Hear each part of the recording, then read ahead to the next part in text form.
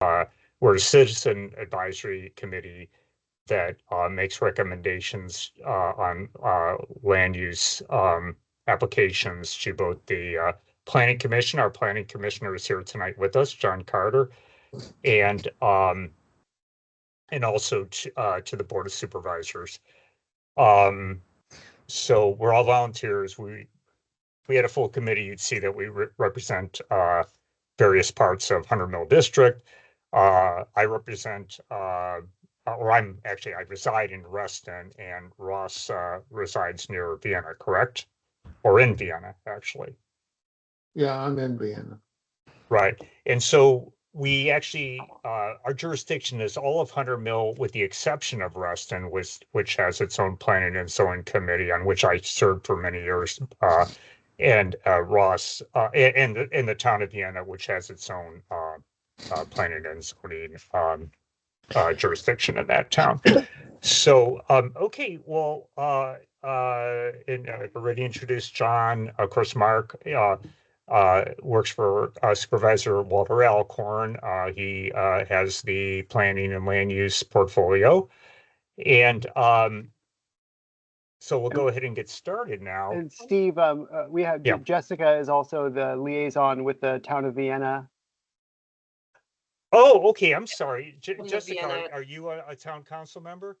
Yes, I'm okay. a town council member and a member of the committee as well. Thank you, Mark. Oh, okay, great. Okay.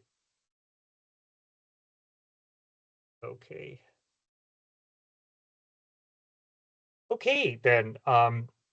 But we still fail to have we don't have a quorum. So what we do, I don't know if if the applicant's going to be asking for a recommendation tonight. Do you have your planning commission date?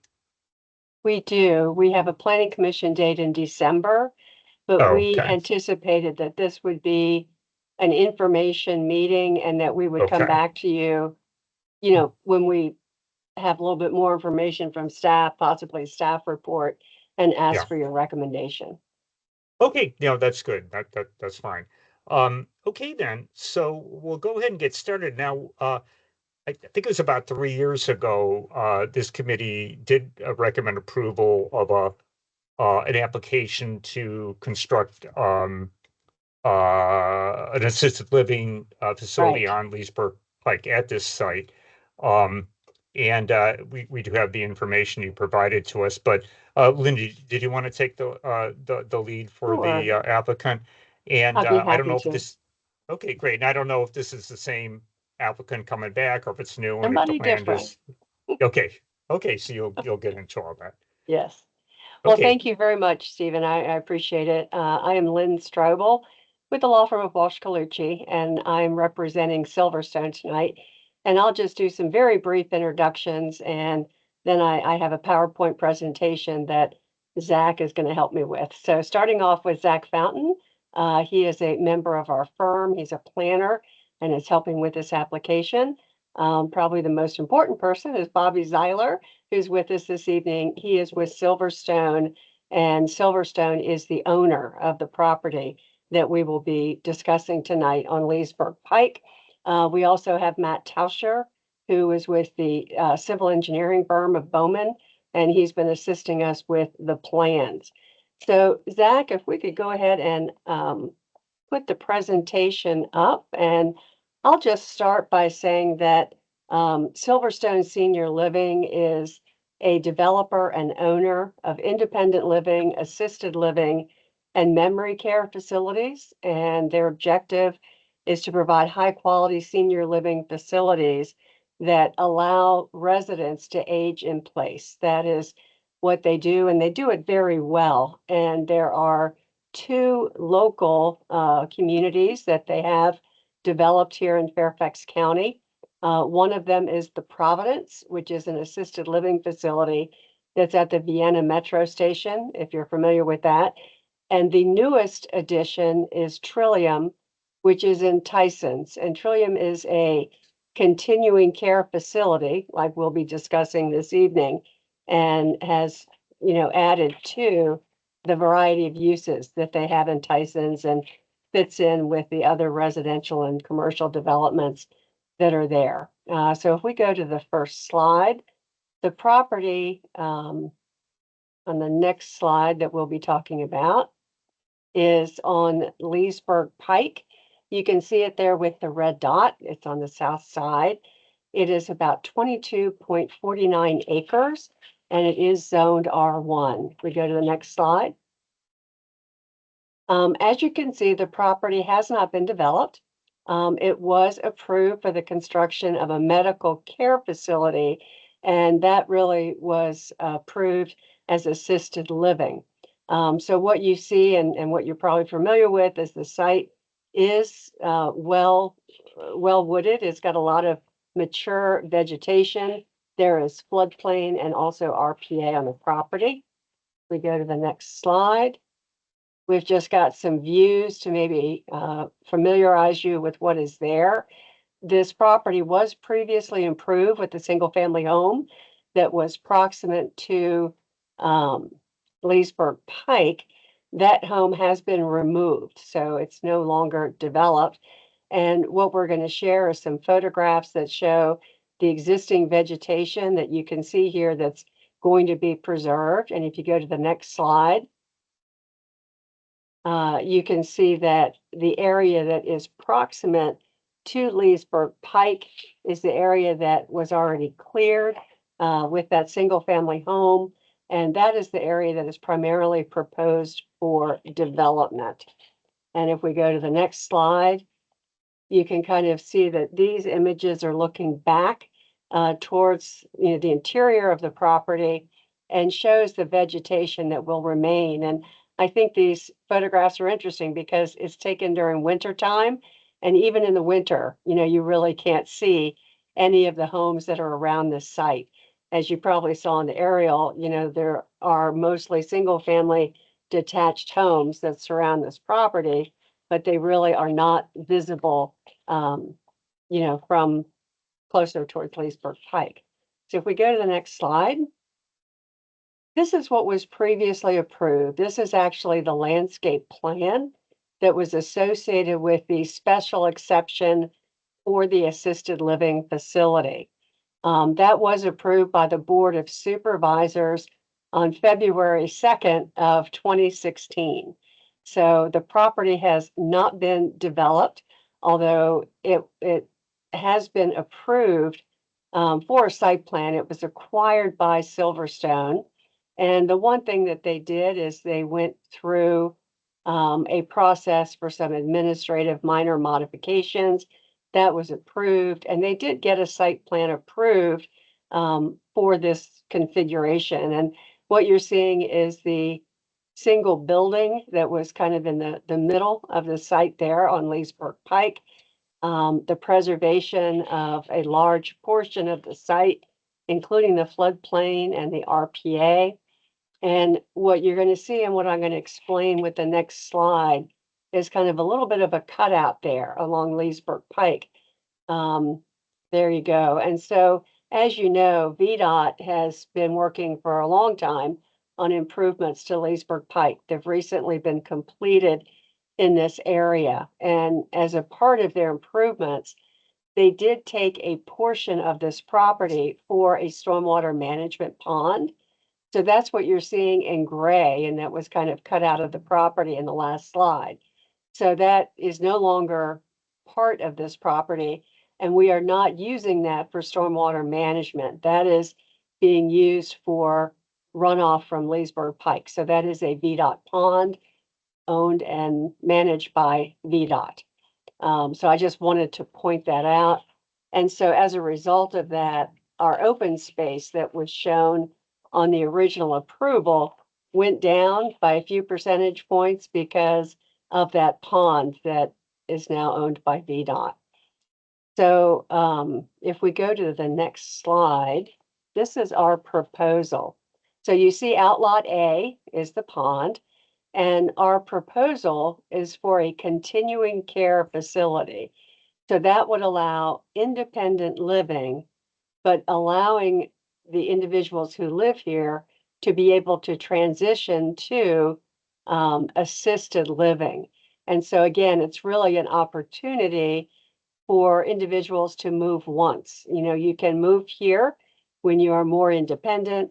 As you age, you know, you can go into, you know, an apartment that might have more services that are available. And so it's really specialized for your needs, and it allows people to age in place. What I want to emphasize, and I'm going to have a couple overlays in a minute, but what you can probably discern is that this building looks an awful lot like the building that was previously approved. It continues to be a single building. I'll go through some statistics as we go along, but just know that it's the same building height, it's the same setbacks, it's the same access to Leesburg Pike, and the same amount of open space and clearing. And again, that open space was slightly reduced because of the pond, but all of those clearing limits are the same. The one thing that is a little bit different that I'll point out is that the courtyard that is on the right was changed a little bit by Silverstone because they thought it would be nice for individuals in that courtyard to be able to have access to a fitness trail that goes around this building. And so you see the trail connection, and also it provides an opportunity to, you know, see the trees, the mature vegetation, the beauty of the property. What you're seeing between those two building wings is an elevated crosswalk so that it doesn't interfere with, you know, individuals being able to go to a dining hall conveniently or other activities. So it's an elevated enclosed crosswalk that connects the two wings, but again, provides folks in that courtyard the opportunity to enjoy the outdoors. So we go to the next slide. So this is the overlay that I mentioned. And so this is the proposal, which is in red, overlaid on the black, which is the approved. So what you're seeing, I hope you'll see this, there's a lot of overlap. You know, there are really not a lot of differences, and the things that matter are the same. Like I say, the limits of clearing, the access points, those types of things, the building footprint. It's a little bit different, but it is, you know, mostly the same. So we really are not changing very much with regard to that prior approval. And as I said, that prior approval went through a site plan process and is sitting in bonds and agreements. But Silverstone wanted to take the opportunity to modify the interior of the building, the use of the building, to better serve Fairfax County residents. So if we go to the next slide, this is just, again, a comparison of the building footprint, a little bit up close. And just to confuse you, this is a little bit different. The original on this slide is in red, whereas the proposal is in gray and black. But you can see either way that it's a very similar building to what was previously approved. And the next slide. And I won't spend a lot of time to this, but just the setbacks to Leesburg Pike. And if you go to the next slide, the setbacks to the community, you can see it's actually in two sections because it's very lengthy, but we have a very long setback of existing vegetation to the surrounding communities. And the next slide, just what this will look like, the elevations. Silverstone, when they acquired the property, did go through an administrative interpretation process, and they changed the building a little bit to make it, I think, look a little bit more residential in character. So what you're seeing are the approved front elevations that is at the top. This is the front elevation that's approved at the very top. In the middle is what's proposed. You can see very similar. And then kind of the overlay at the bottom. So that's the front elevation from Leesburg Pike. And the next is the rear elevation, which again shows you what has been approved, what is proposed, and the overlay. So very, very similar. I think that in addition to making it look more residential, there have been more bump outs that were added, some more building articulation to the facade. making it look more interesting and more residential in appearance. So we're just going to run through some quick comparisons. The building size increased slightly. So the building footprint is about 15,000 square feet larger than what was previously approved, but it still remains at a 0.17 FAR, so a very low FAR. As I mentioned, height, massing, setbacks, no change, all the same. The dwelling units decreased by 5, but the number of residents increased. And you might say, well, how is that? And that's because what Silverstone has found is that when independent residents move in, there are more couples than in an assisted living. So you have more couples coming in to share a unit than you would with the prior just strictly assisted living. But one of the benefits is that if they're more independent living units, the individuals that are coming in don't have as many needs. And so the overall number of staff members has decreased by 16. So really, when you consider everything, it's not really an intensification of the use. Some of the other quick points, I'll just mention that, again, the access, no change. It's in the same point on Leesburg Pike, same number of parking spaces, loading spaces. The open space is a little bit less, but that's because of the conveyance of the pond to VDOT. And I'm almost finished here. I'm going to wrap up in the next slide. This is just some of the amenities that we're providing on site. As I mentioned, Silverstone has a lot of experience, and they really want to keep their residents active and interested in a number of activities that will be on site. What you're seeing there, the green is a trail that kind of wraps around the building, and there are fitness stations that are interdispersed with that to keep people active. They can walk around the property. We also have an outdoor fitness and yoga area. On the far left, you'll see a sports court. We haven't decided exactly what that will be, but some sort of outdoor activity. And we also have resident gardens. People like to grow herbs that the chef will use, in the dining facility. So they have a lot of nice outdoor amenities. They also have indoor amenities. You can see there's if we go back to the ground level, I'm sorry, you can see here that there is fitness, there is wellness, and a dining room all on this level.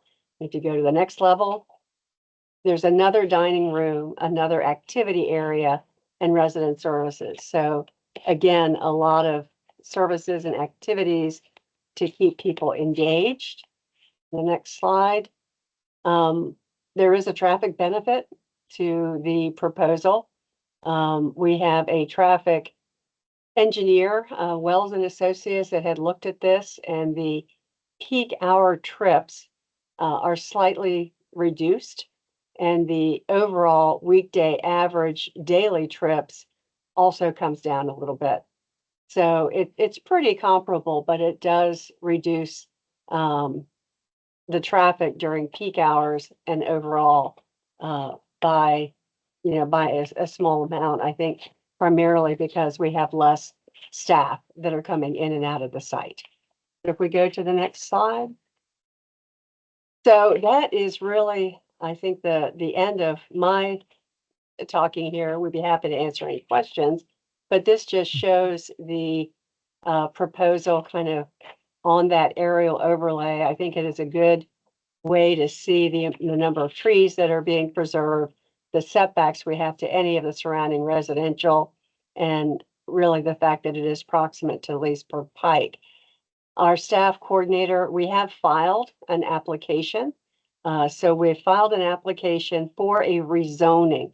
We are going to go from R1 to CCF, which is a continuing care facility. Our staff coordinator is Katie Quinn, and we have met with Katie and her staff. We had some comments that we're taking a look at and that we are going to be resubmitting next Monday. And there were very few comments. She asked us to, the biggest change, I think, was to modify the location of the loading space, which was fine, and we were able to accommodate that.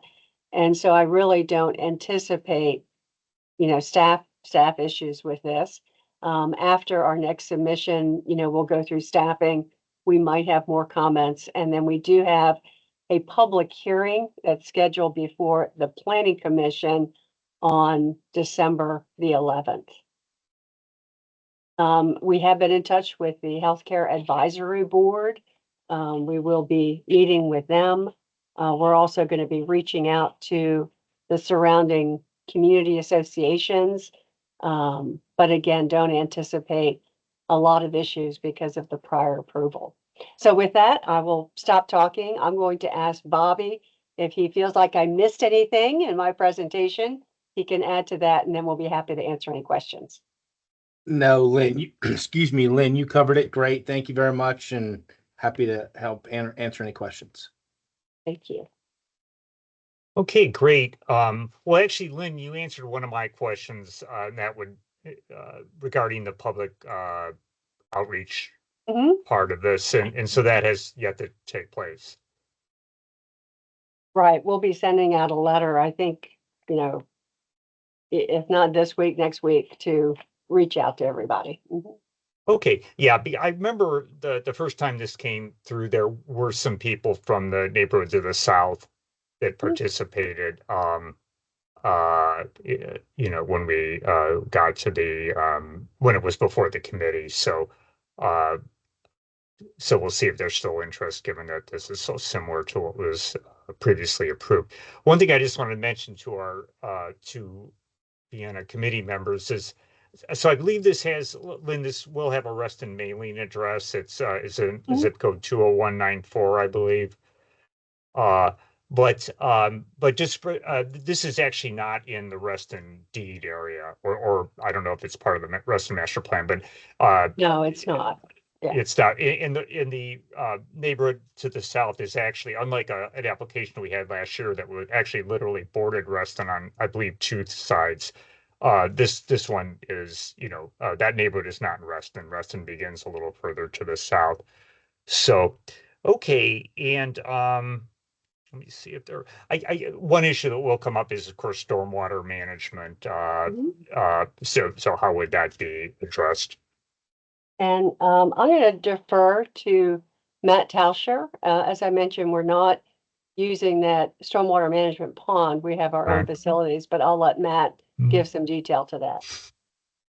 Yeah, so we're going to maintain the previously approved systems design, if you will, and the concept, which is there are two underground stormwater management chamber systems. One is on the west side of the building, which would be the top portion. Yeah, I'll give you just a second to go back there to any one of the plans. That's fine. So one underground system is the long rectangular structure that you see under the western parking lot, down near the loading and trash enclosure. Correct, that yellow outline. And the other underground system is located beneath the parking lot to the east, in the northeast corner of that parking lot. So the two primary capture units are underground, and then we have a number of LID measures, think of rain gardens, things of that nature, that are flanking either of those two undergrounds where we have landscaped areas and green spaces. And ultimately, everything outfalls to the Piney Branch Stream Valley. So we're meeting the code and meeting all the criteria of the stormwater management regulations, and almost identical, if you will, to what was previously approved. I will note that way back when we started the original special exception with a different ownership, that was prior to the Route 7 corridor improvements. And at that time, there was a storm drain system that outfalled from Route 7 into our property and made its way directly down to the Piney Branch. Now with the right-of-way improvements, VDOT has collected all the road system and is piping it eastward to their new pond, which is shown as outlet A. So no longer is that water being run off from 7 down through our site to Piney Branch. So that's certainly going to help the condition of that stream valley. Okay, thanks. Sure. I guess one other question is, Chris, this will only be as far as vehicular traffic, it'll just be right in, right out, correct? There would be no way for That's right. westbound traffic to make a left into this because of the over the median. Right. Correct. Yeah. Okay. Okay. Well, let me just go to the committee then. Jessica, do you want to lead off? Thank you. Comments and questions? Yes, thank you. My question, I think, related to Stephen, what you mentioned about input from the communities surrounding this site.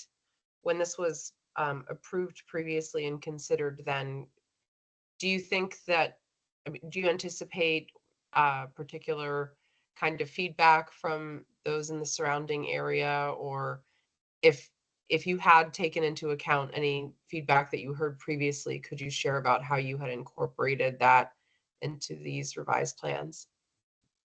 I did not work on the prior application, so I can't really comment. Matt, I think that you did. I don't know if you recall any community input to the last process.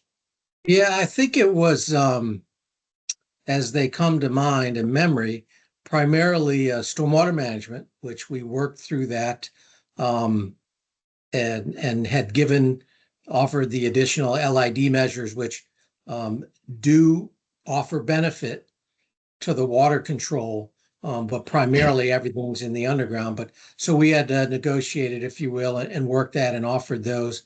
The other was, even though we have a substantial preservation of the stream valley and then all that shaded area and actually the earlier photos that Lynn shared, even during the winter months where you really can't see through the woodlands, we offered what you see in the dark circles there is additional buffering and landscape plantings, both in front of and on top of our retaining walls to better screen the back, the back of our building, the back of those house things, if you will, from what, if any, views may be possible from those southern residential units. But I think in one case, the setbacks are over 600 feet, which is, 2 football fields in length to the south and to the southwest. So there is considerable distance and considerable tree preservation. So I want to say those were probably the 2 primary comments and concerns from the neighbors to the south. There were really no comments at that time, I recall, from neighbors to the north. And now, in fact, that they have that 18-foot high sound wall, there's really no visual observation coming from any of the homes to the north. So, yeah, and there may have been some questions about outdoor lighting, in the parking lots and so forth. And I believe you might want to just talk about that. It just, I just recalled that.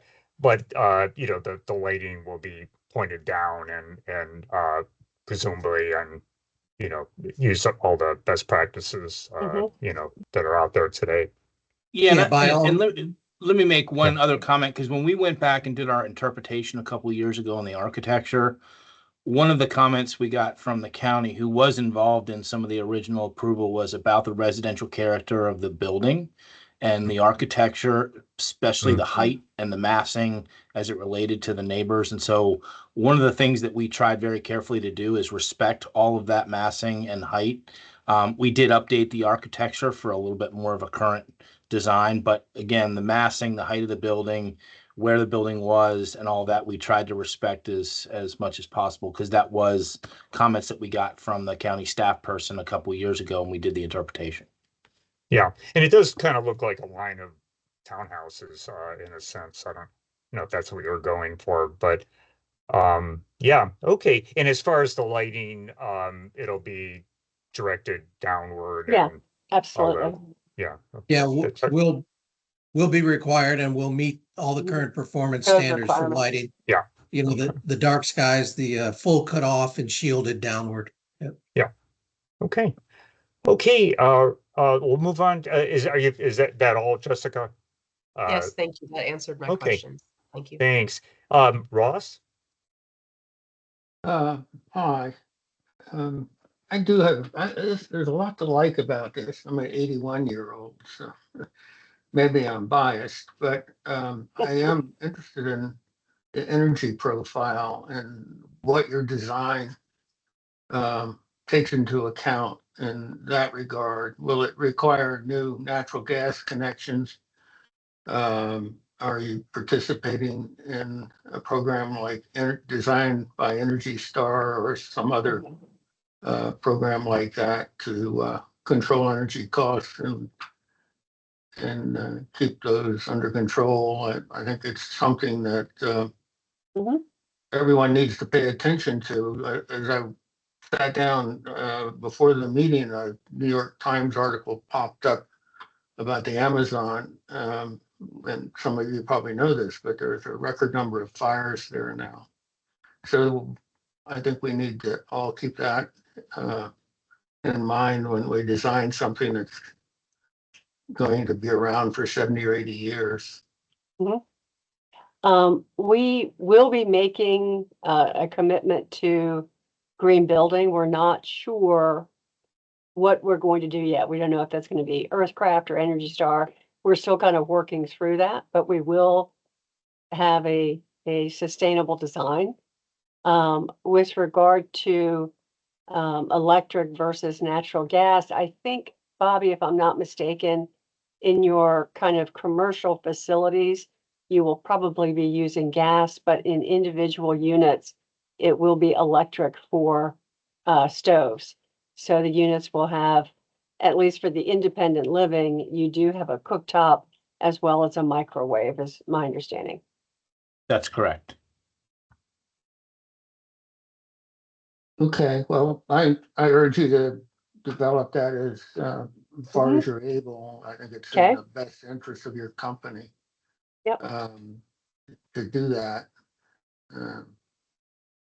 for all the reasons I think we're all aware of. But I have no further comment. I think I like the drawings. I guess I do have further comments or positive ones mostly. I think it's a nice layout and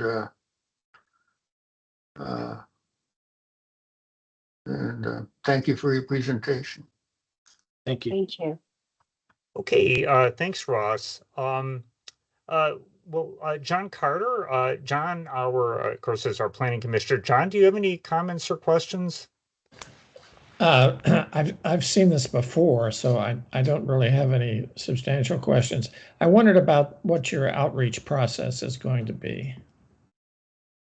We have a list of community contacts from the supervisor's office, and we'll be sending letters out to those individuals. Good. Thank you. I really don't have anything else. Okay, thanks, John. Well, we'll just see you again next time then. Okay. The committee doesn't have anything further to say. For some reason, I lost my video here. I can't figure out how to get it back. But anyway, so do you envision coming back next month or in November? Probably, I would think probably November, because that will have given us an opportunity to reach out to the community, have any discussions with them, kind of finalize our discussions with staff.